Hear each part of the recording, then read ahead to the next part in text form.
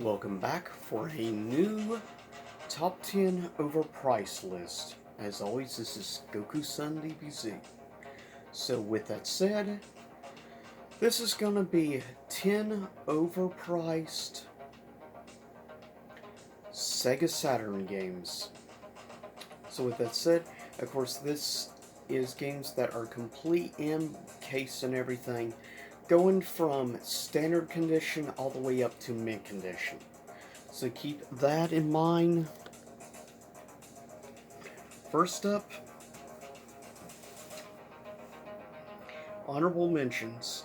We have X-Men Children of the Atom, going for in between $70 to $120. Now this is the American version, keep in mind.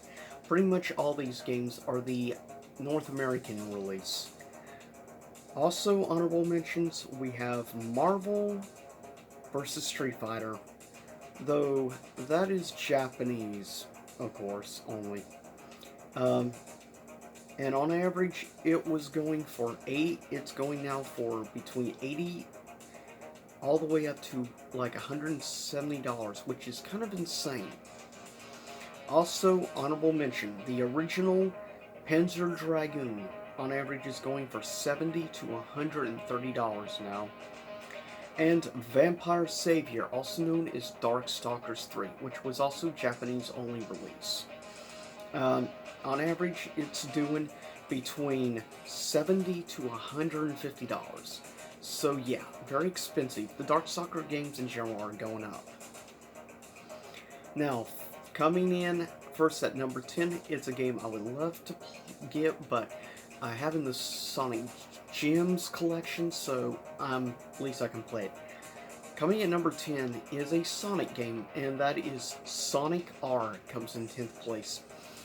Sonic R, the American version, on average is going anywhere from $170 to upwards of $250 for Sonic R, which is a racing Sonic game. It's not exactly a super great Sonic game, but because of its demand and rarity from old school Sonic fans, there's why it's going for so much. At number 9 is the second Panzer Dragoon game in the series, Panzer Dragoon Zwei. On average, is now going for between, technically a little less, so I guess I should have had these reversed. Zwei is going for on average between $100 and $150 now. So it's starting to get pricey. Next at number 8 is Resident Evil. The original Resident Evil for a North American release for the Saturn. On average, it is going for anywhere from $130 to upwards of $250 now for Resident Evil 1 on the Saturn. It's very pricey. Next, coming in at number 7 is definitely a very much coveted and beloved Sonic release, and that is coming at number 7, Sonic Jam for the Saturn American release. On average, it's going for $150 to $250. It's easily probably just about the most expensive Sonic game.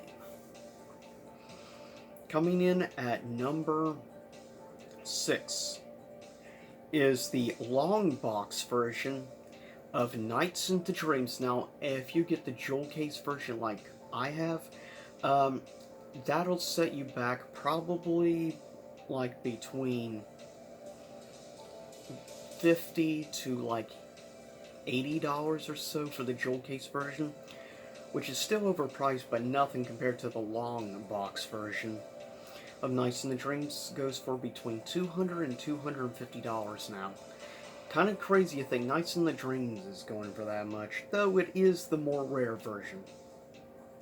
Coming at number 5 is the American release of Marvel Superheroes, which of course I recommend going with the Japanese version if you can play Japanese, because that will set you back probably $50 to $60 versus the American version of Marvel Superheroes, which will set you back $200 to $400. That's crazy. Um, Coming in at number 4 was a Japanese only release. It's arguably pretty much the most expensive Street Fighter game of all time. Coming number 4 is Street Fighter Zero 3. Of course, known as Alpha 3 in the West, but since it was a Japanese only release, Zero 3. And yeah, the Sega Saturn port of this is pretty rare, very pricey. On average, it goes for $250 to upwards of $450.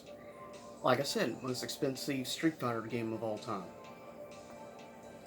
Next, coming at number 3 is a very rare 3D Final Fight game. Arguably one of the most expensive fighting games of all time. At 3 is Final Fight Revenge, which goes for, on average, and of course Japanese only release, $300 to $500 for Final Fight Revenge. That's just bonkers, if you ask me. Seriously, $300 to $500 for a considered meh 3D fighter. But as always, as I say, Capcom games tend to be some of the most expensive on the regarded consoles. Strangely enough. Coming in at number 2 is definitely a very coveted, the US release of Part 1, though Part 2 and 3 would never get released here in the West. That being at number 2 is Shining Force 3. Shining Force 3 will set you back anywhere from $300 to upwards of $600, which is just bonkers. Now I'm going to quickly freeze this because I need to get something for the final part. Now, coming at number 1 is a game that no one should be surprised is number 1, and that being Panzer Dragoon Saga, which continues to go up. Currently, and this is the price for each version of the game, first is arguably the cheapest, and that is the Japanese version of Panzer Dragoon Saga. Panzer Dragoon Saga Japanese release, on average, will go for between $50 to $90 now. So it's starting to go up, still not insanely overpriced as of yet, or as it's called in Japan, Panzer Dragoon RPG, which makes sense. But yeah, $50 to $90 now for the Japanese. Then there's the PAL release, which is the version I have.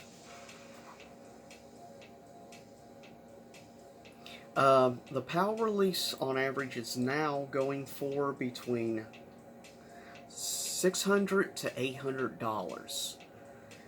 Though it would be probably more like probably between like 450 or so to like 600 euros. But exchange rates of, yeah, $600 to $800 for the PAL version, which is bonkers.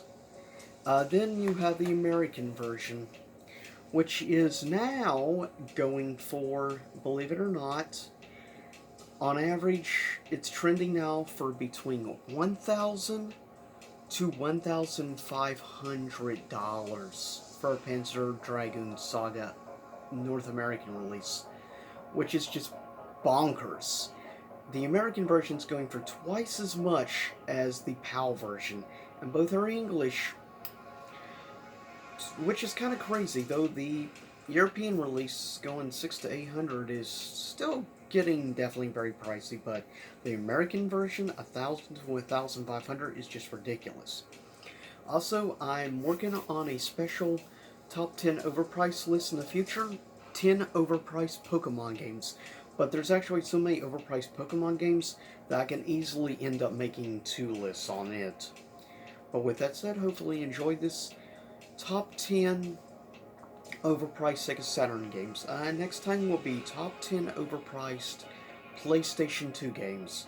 So stay tuned for that. I'm also working on more overpriced PS1 games in the future as well. Stay tuned for that. Hopefully you enjoyed the retro wave music in the background. Stay safe, and I'll see y'all next time. Same YouTube time, same YouTube channel.